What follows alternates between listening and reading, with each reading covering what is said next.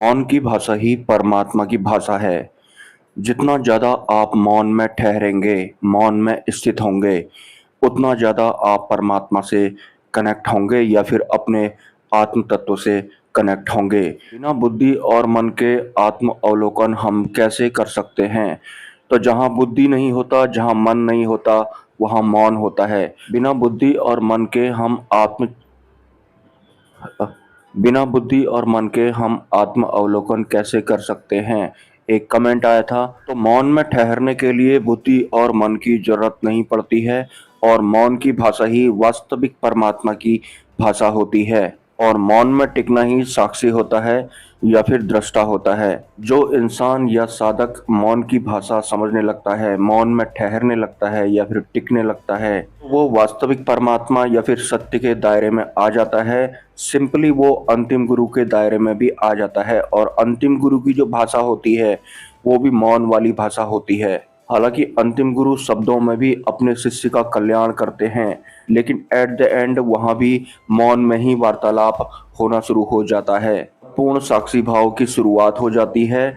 बिना कुछ सोचे, बिना कुछ समझे, बिना बुद्धिमान के अपने आप ही स्वतः ही जवाब मिलने लगते हैं, और जो विषय या फिर जो चीज, जो वस्तु जैसा है वैसा दिखाई देने लगता है। आत्म स्थित हो जाने के बाद या फिर मौन में स्थित हो जाने के बाद बुद्धि और मन जो आज तक एक साधक को या फिर एक शिष्य को अपना वाला समझाया करते थे, अपना वाला मतलब बताया करते थे, जो कि वास्तविक नहीं होता है। साक्षी हो जाने के बाद या फिर आत्म स्थित हो जाने के बाद बुद्धि और मन अपना वाला फिर उस इंसान को या फिर उस साधक को नहीं बता पाते हैं, नहीं समझा पाते हैं।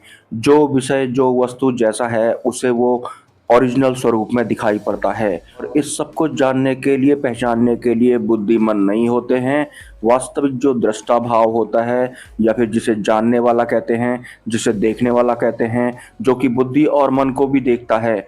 बुद्धि और मन को अगर आप देखना शुरू कर देते हैं तो सिंपली बुद्धि और मन किसी भी विषय या वस्तु के बारे में जो भी अपना पर्सनल वाला मतलब आपको बताएंगे या समझाएंगे, कि वास्तविक वाला नहीं होगा या फिर जो वस्तु, जो विषय जैसा है वैसा वाला नहीं होगा, उनके अपने खुद के पर्सनल वाला होगा। बुद्धि वाला पर्सनल होगा या फिर मन वाला पर्सनल होगा, या फिर माया की जो अन्य सत्ताएं होती हैं उसमें कि बेहोशी वाला आवरण शामिल रहता है, वैसा वाला बिल्कुल भी नहीं होगा। क्योंकि साक्षी बन जाता है एक इंसान। साक्षी बन जाना मतलब मौन में ठहर जाना। मौन परमात्मा की भाषा होती है। जितना ज़्यादा आप मौन में ठहरेंगे, उतना ज़्यादा आप परब्रह्म परमात्मा के कनेक्शन में आते हैं, उनके दायरे में आते हैं। लेकिन एक बार जो इंसान या फिर साधक मौन में ठहरना शुरू हो जाता है, उसके बाद उसका आत्मीय कल्याण होना भी शुरू हो जाता है। क्योंकि दृष्टा हो जाने के बाद बुद्धि और मन को देखने का आनंद ही कुछ और होता है। जो बुद्धि और मन आज तक हमें परेशान किया करते थे या फिर अपना पर्सनल वाला समझाया करते थे, और इनके ही अकॉर्डिंग हम चला करते थे, मौन में ठहर जाने के बाद सिचुएशन बिल्कुल अलग हो जाती है, टोटली भिन्न हो जाती है। बुद्धि और मन की समझ से पार वाली सिचुएशन वो होती है। क्योंकि जो वास्तविक परमात्मा होते हैं या फिर जो वास्तविक सत्य का दायरा होता है, वो होता ही मौन में है।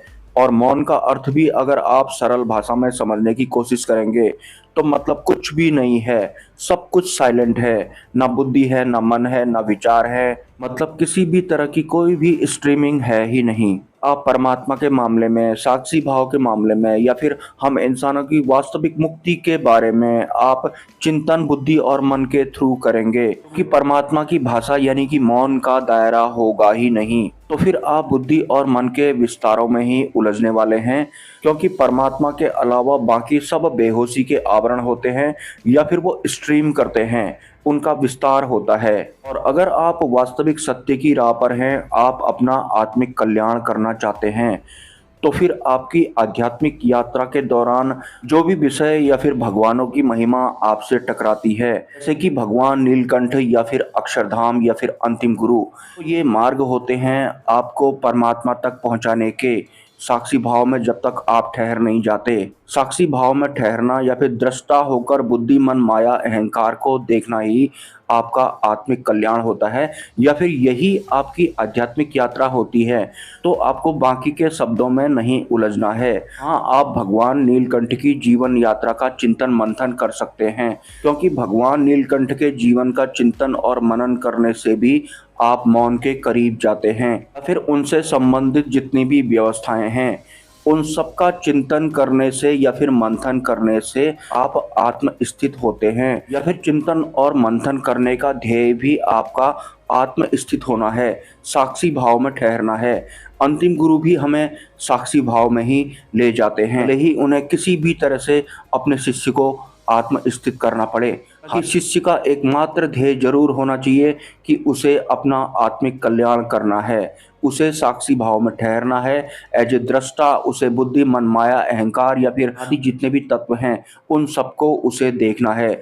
इसके अलावा वो बाकी के किसी भी तरह के बुद्धि के ज्ञान इकट्ठा करने वाले जालों में नहीं फंसेगा। हजारों की संख्या में लोग अक्षरधाम मंदिर जाते हैं या फिर किसी अन्य धाम में जाते हैं, लेकिन हर किसी की आत्म जागृति नहीं होती है, हर किसी का ध्येय परमात्मा प्राप्ति नहीं होता है। आपका ध्येय परमात्मा प्राप्ति है या फिर साक्षी या फिर दृष्टा होना है। आपकी आध्यात्मिक यात्रा के दौरान बुद्धि मन आपको जो भी समझाएंगे, भले ही पहले से ही उस विषय के बारे में कुछ भी लिखा गया हो या फिर बताया गया हो, या फिर अब तुरंत अभी ये सब वीडियो देखने के बाद आपका बुद्धि और मन आपको खुद ही आपके खिलाफ भड़का रहा है, तो आप उसको तवज्जो नहीं देंगे। अगर आपका एकमात्र ध्येय आत्म स्थित होना है तो टोटल मिलाकर आपको मौन में ठहरना है, क्योंकि मौन की भाषा परमात्मा की भाषा होती है, ये आपको भूलना नहीं है। उसी कमेंट में एक लाइन और शामिल थी कि हम अपने गुरु को कैसे पहचानें। जैसे आप अपने मौन में ठहरेंगे, मौन की भाषा को समझेंगे,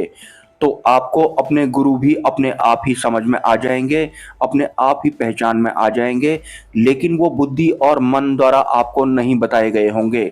मौन की भाषा में ही आपको अपने गुरु भी समझ में आएंगे। मौन की भाषा सीखनी है आपको, परमात्मा की भाषा होती है मौन की भाषा। कुछ बोलना नहीं है, समझना नहीं है, कुछ प्राप्त करने की इच्छा नहीं है, कुछ खोने का भय नहीं है, लेकिन मौन के दायरे में शामिल होने से पहले जो आप उच्च स्तरीय संतों का या फिर भगवान का या फिर भगवान नीलकंठ का आप चिंतन करते हैं या फिर मंथन करते हैं, तो उसमें आपका बुद्धि मन शामिल हो सकता है। हालांकि वो शुरुआती चरण होता है, लेकिन ध्येय आपका परमात्मा प्राप्ति है। तो एट द एंड आप मौन में ही व्यवस्थित होने वाले हैं, स्थित होने वाले हैं या फिर ठहरने वाले हैं। अपने आप को वास्तविक अध्यात्म में शामिल करने हेतु आप भगवान नीलकंठ की जीवन यात्रा को सुने या फिर देखें, भले ही वीडियो के माध्यम से, कि ये मेरी खुद की जीवन यात्रा चल रही है। मिलते हैं किसी नेक्स्ट वीडियो में। जय श्री स्वामी नारायण।